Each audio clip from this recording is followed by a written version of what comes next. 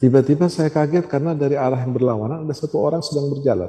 Membuat saya lebih kaget lagi karena ternyata setelah dekat betul, orang yang berjalan itu adalah Habib Umar seorang diri. Habib Umar sudah mulai tangannya dilipat untuk saya turunkan lagi tangan beliau. Dia bilang, Habib jangan.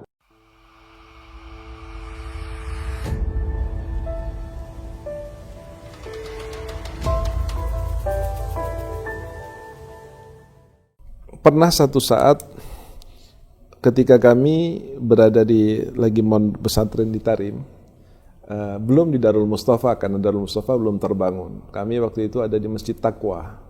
Jadi di masjid di atasnya itu ada ruangan besar kosong. Kami ditempatkan di situ bersama dengan Habib Hasan juga. Ada Habib Mundir, ada Habib Jindad, ada Ustaz Ubaidillah dan teman-teman kami yang lain. Sebagaimana biasa, piket itu terbagi piket untuk masak, memang walaupun saya waktu itu lebih cenderung karena pesan Al-Walid, Habib Qasim almarhum, dia berkata kepada saya, kalau kamu berangkat ke Tarim nanti, jangan kamu cari ilmunya, tapi cari berkah dan khidmahnya di sana. Kalau ilmu kamu di mana saja bisa belajar. Kebetulan saya termasuk orang yang tergolong paling tua usianya waktu berangkat ke sana.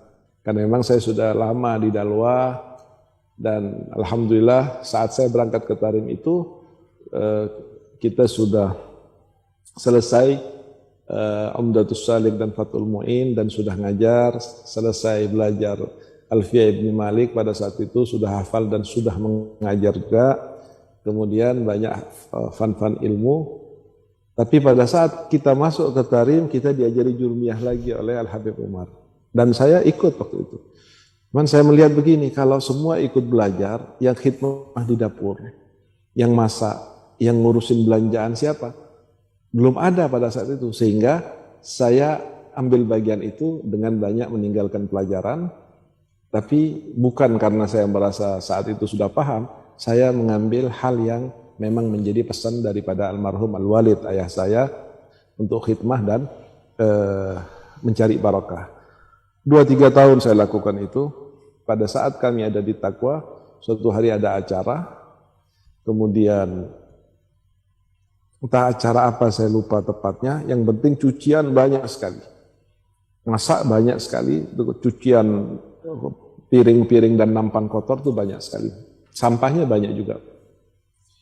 Waktu itu saya piket dengan bertiga, saya, Habib Mundir, yang satu lagi Ustadz Muntahar Ridha. Ini dua-duanya sudah meninggal, rahimahumullah, rahmatal abrar. Waktu itu Habib Mundir sakit. Ustadz Muntahar Ridha lagi ada tamu dan tidak tahu pergi kemana. Praktis yang piket pada malam itu saya sendiri. Itulah Allah ketika ingin memberikan sebuah pelajaran atau sesuatu yang mengena, kadang-kadang lewat sunnah-sunnah seperti itu. Sehingga saya nyuci sendiri pada saat itu.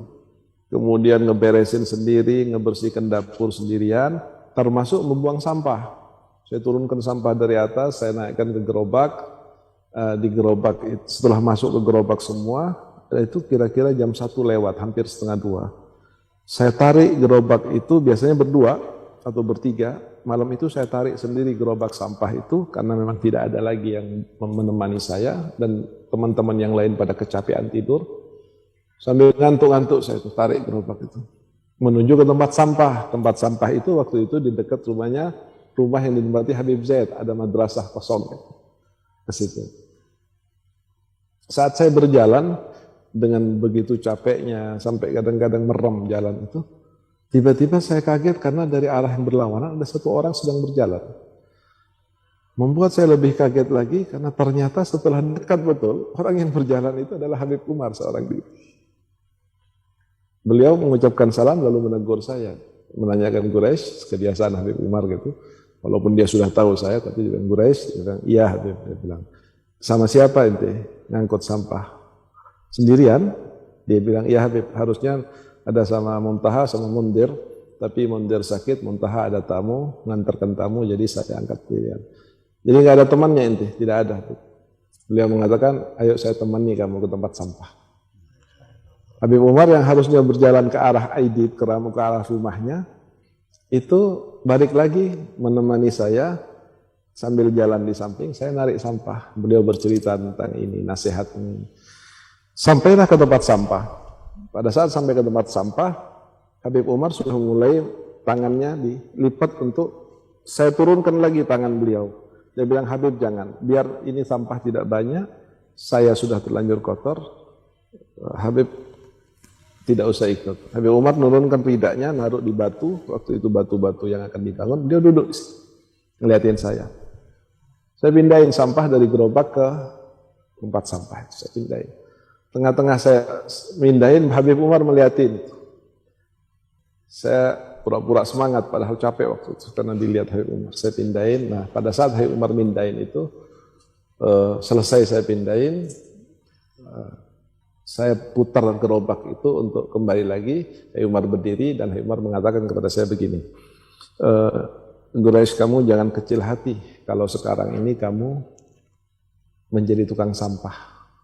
Karena insya Allah kamu nanti kalau pulang ke negaramu, kamu akan menjadi orang yang mulia dan dihormati.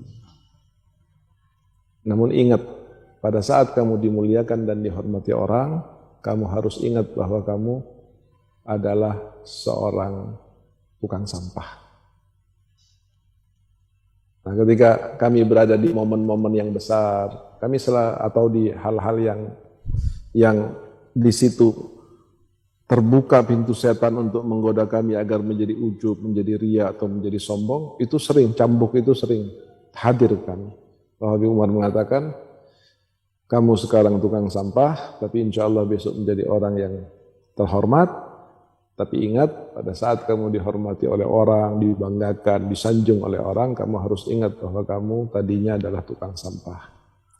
Jazakallah khair Al-Habib Umar yang telah banyak memberikan kebaikan kepada kami, arahan kepada kami, nasihat kepada kami.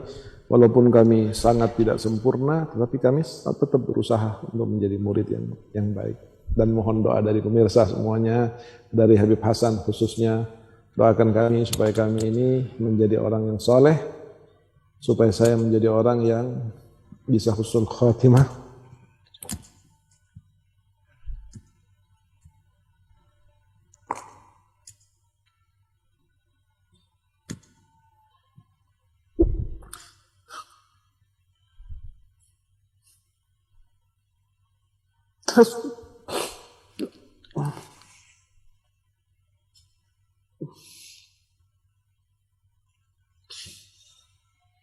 Saya ingin menjadi seorang murid